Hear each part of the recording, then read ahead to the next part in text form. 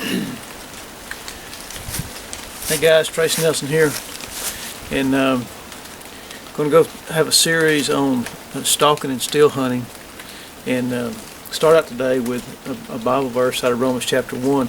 And the reason I chose this verse is because this verse deals with awareness and observation, and being aware of God as the Creator, acknowledging Him as the Creator.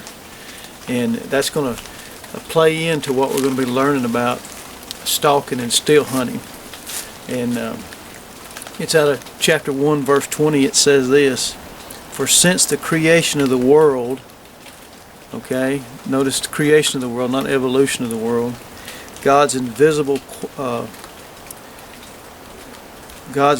qualities, His eternal power and divine nature, all right, have been clearly seen,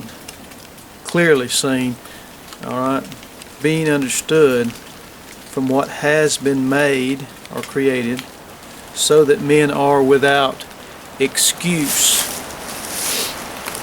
All right, guys, I use that verse because when we're starting to learn about, when we get out in the world of creation and we desire to get close to wildlife, observation and awareness are going to be really crucial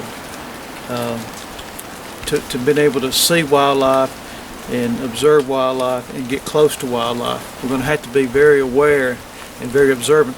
But awareness and observation carry over to anything you're doing in the world of creation, with the outdoor skills. Okay, whether you're gathering stuff to make fire, whether you're gathering plants, whether you're putting fishing lines in the river, all that stuff plays in together, because we don't want to compartmentalize our outdoor experience. We want to be aware and observant anytime we're in the outdoors, so that, let's say you were at hunting camp and you were going to get firewood and you carried, let's say, your weapons with you, and you came upon some wildlife and you were observant and you noticed a squirrel in a tree, you could go ahead and get you a squirrel, take you a squirrel for supper or something like that.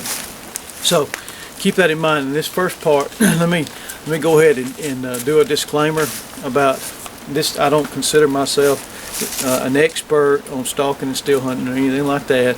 All right, I'm just showing you what methods I've used for the last 30 years of whitetail deer hunting in the southeast. Okay, that's what I'm putting a kind of disclaimer there. Don't claim to be an expert. I have used these methods very consistently, and have consistently taken whitetail deer using these methods, and it's just the way I prefer to hunt. But let me tell you this: you need to consider safety always when you're stalking and still hunting. Consider safety, okay? Always wear your hunter orange, all right? Because unfortunately we have people that can't tell the difference between a deer and a human being, and that's sad, but that's the way it is. All right. And also you may want to consider whether you're going to stalk on and still hunt on public land. That's a little bit iffy. You never know who's over the next ridge and all that kind of stuff. So, and if you're doing it on private land, you need to know the location of other hunters and homes and buildings and roads and things like that. So, always keep in mind, if you're going to hunt using these methods, you need to take all this in consideration. All right, especially the location of people and homes and things like that, because we want to be safe. But wear your hunter orange. That is just a safety factor. If you're going to be moving through the bush, then you need to be able to, people need to be able to see you in case you did come upon another hunter. All right, so let's talk about the first thing. The first thing about stalking and still hunting, and I've even had notes on this. This is such a broad subject, and there's so many elements to it that I want to make sure I covered everything, so I actually wrote down some things. All right, first thing we got to do is slow down.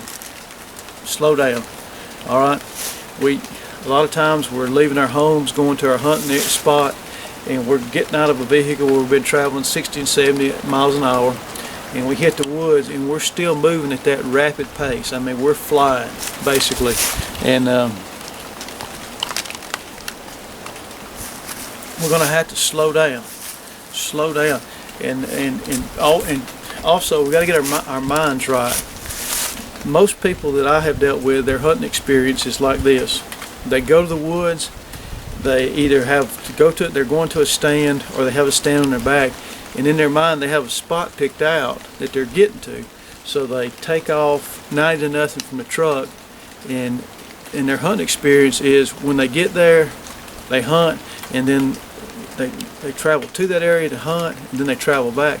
In the time in between, they're running deer off. They're either pushing deer they'd never see, or they're seeing white flags, and then they may sit in the stand and not see a thing.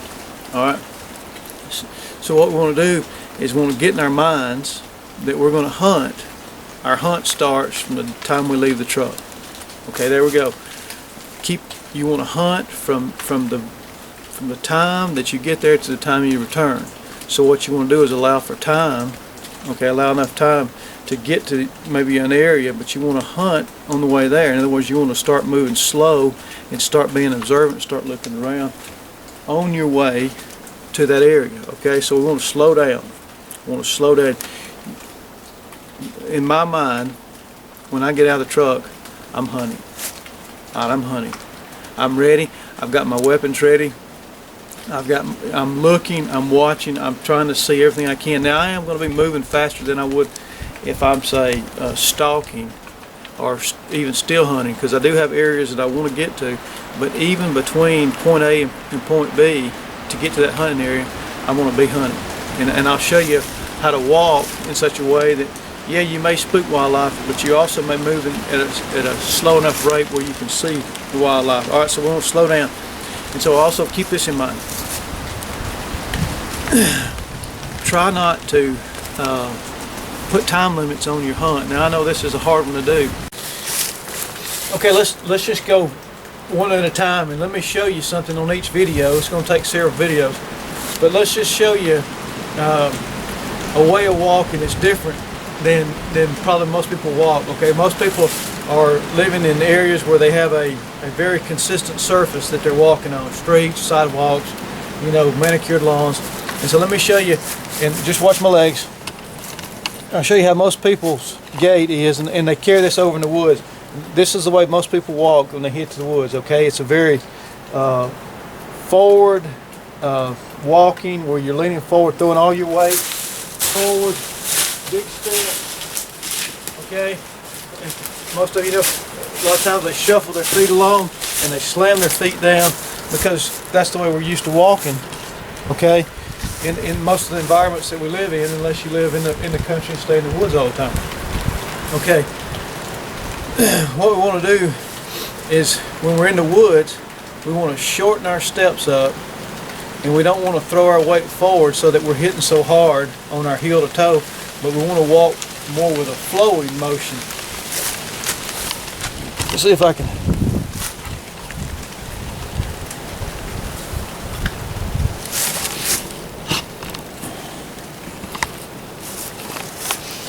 Alright, now this is called a fox walk, and this is just to show you a little different on movement, on how to walk in the woods when you're going to and from your stand.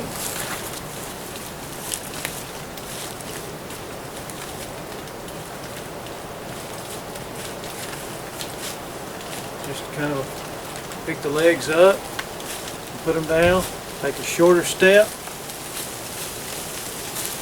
Alright, now that movement will still spook deer, but by doing that, you're moving slower. Okay, show it to you again.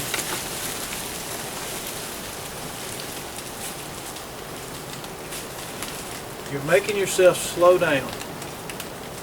Alright, going to the woods, and you're not kicking stuff. Okay, up, shorter step, more controlled, and your head is up, so you're looking around. Okay, alright, that's probably going to be all we have time for on this first video, but slowing down. We want to slow down. We want to have plenty of time, time. We don't want to rush ourselves into the woods and rush out, because that erratic movement is going to spook game. Okay, all that erratic movement, if you fly in there and you do that forward walk or in that city shuffle, you're gonna spook game. So that'll be our first video in this series.